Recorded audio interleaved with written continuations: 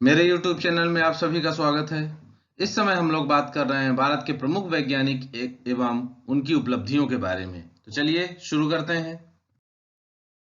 आज हम बात करेंगे भारत के प्रमुख वैज्ञानिक। देखिए चित्र आप लोग, इनकी फोटो देखकर पहचानने की कोशिश कीजिए कि आज हम किनके किनके बारे में बात करने वाले हैं जिन्होंने भारत के निर्माण में अपना प्रमुख योगदान दिया है।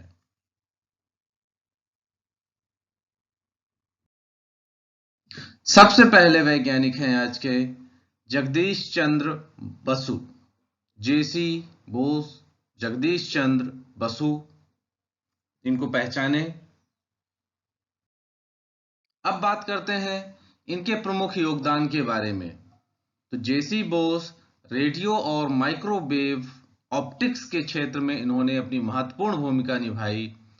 बसु पहले वैज्ञानिक थे जिन्होंने मिलीमीटर की लंबाई के रेडियो तरंगों के गुणों का अध्ययन किया। भौतिक विज्ञानी थे ये, भारत के बहुत बड़े। रेडियो तरंग के अभिग्रहण के लिए उन्होंने एक बेहद संवेदनशील कोहरर अर्थात रेडियो रिसीवर का निर्माण किया था। इन्होंने कोहरर अर्थात रेडियो रिसीवर का निर्माण किया था जेसी बसु ने। भौतिक विज्ञान में कार्य करने के बाद इन्होंने पादप शरीर क्रिया विज्ञान में अपना शोध कार्य किया। मतलब ये ऐसे वैज्ञानिक थे जिन्होंने फिजिक्स में कार्य किया, साथ ही साथ बॉटनी के क्षेत्र में भी इन्होंने कार्य किया। उन्होंने कौन सा काम किया?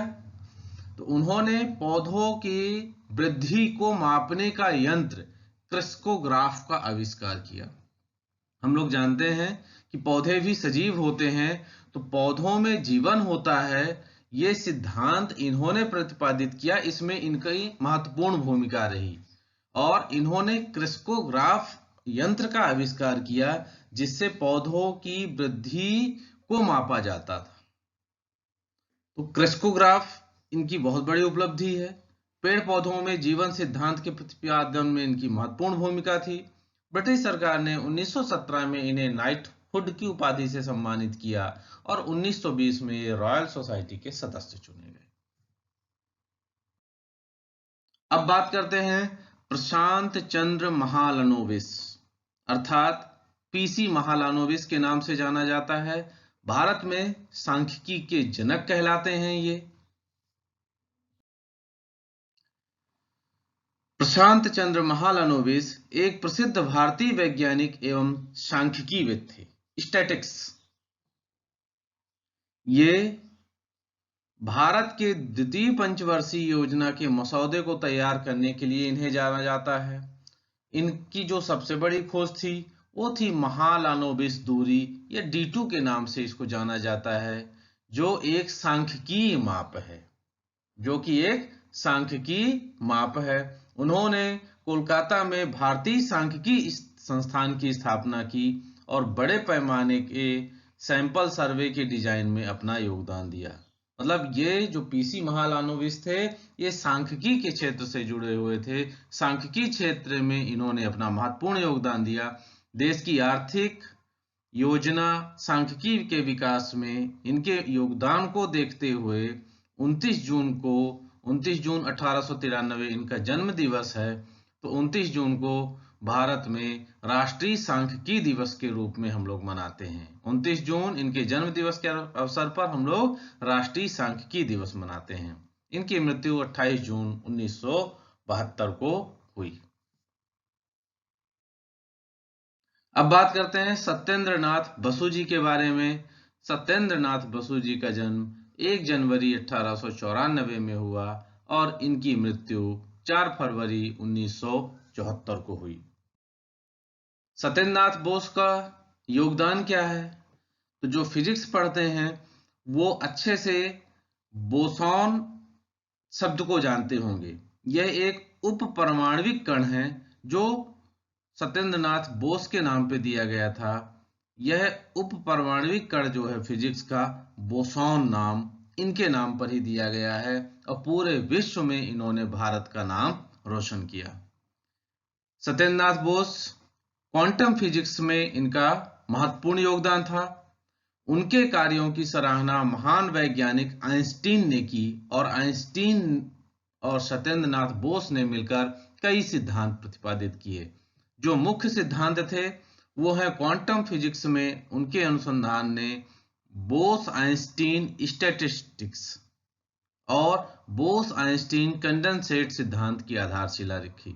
बोस आइंस्टीन कंडेंसेट के बारे में आप जानते होंगे, यह पदार्थ की पांचवी अवस्था के रूप में इसे माना जाता है।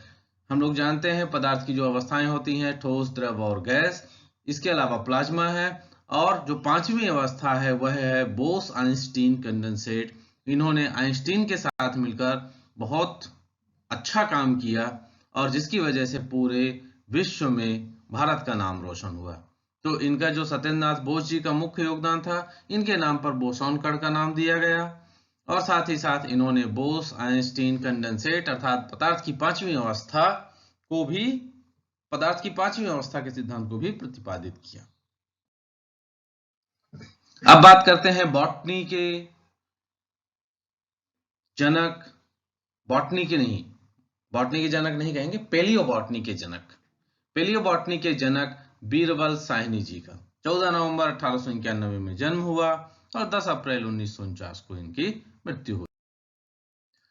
डॉक्टर बीरबल साहनी एक भारतीय पुरा वनस्पति वैज्ञानिक थे, पेलियोबॉटनिस्ट थे, जिन्होंने भारतीय उपमहाद्वीप के जीव अवशेषों, पौधों के अवशेषों का अध्ययन कर इस क्षेत्र में महत्वपूर्ण योगदान दिया।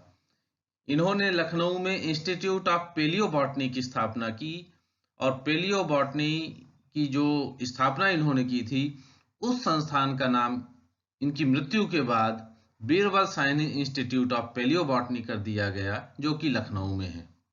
उन्होंने भारत के वनस्पतियों का अध्ययन किया और पूरा वनस्पति शास्त्र में अपना महत्वपूर्ण योगदान दिया। तो जो बीरबल साहनी थे, डॉक्टर बीरबल साहनी, वो पेलियोबॉटनिस्ट थे। इन्होंने वनस्पतियों का अध्ययन किया एवं पूरा वनस्पति शास्त्र में इनका महत्वपूर्ण योगदान था। पेलियोबॉटनी बॉटनी की एक शाखा है। तो आज हम 4 प्रमुख वैज्ञानिकों के बारे में बात किए। उम्मीद करता हूं कि आप इनकी जो उपलब्धियां थी उसके बारे में आप अच्छे से समझ गए होंगे और इनकी उपलब्धियों को आप अपने दिमाग में भी रखेंगे। धन्यवाद।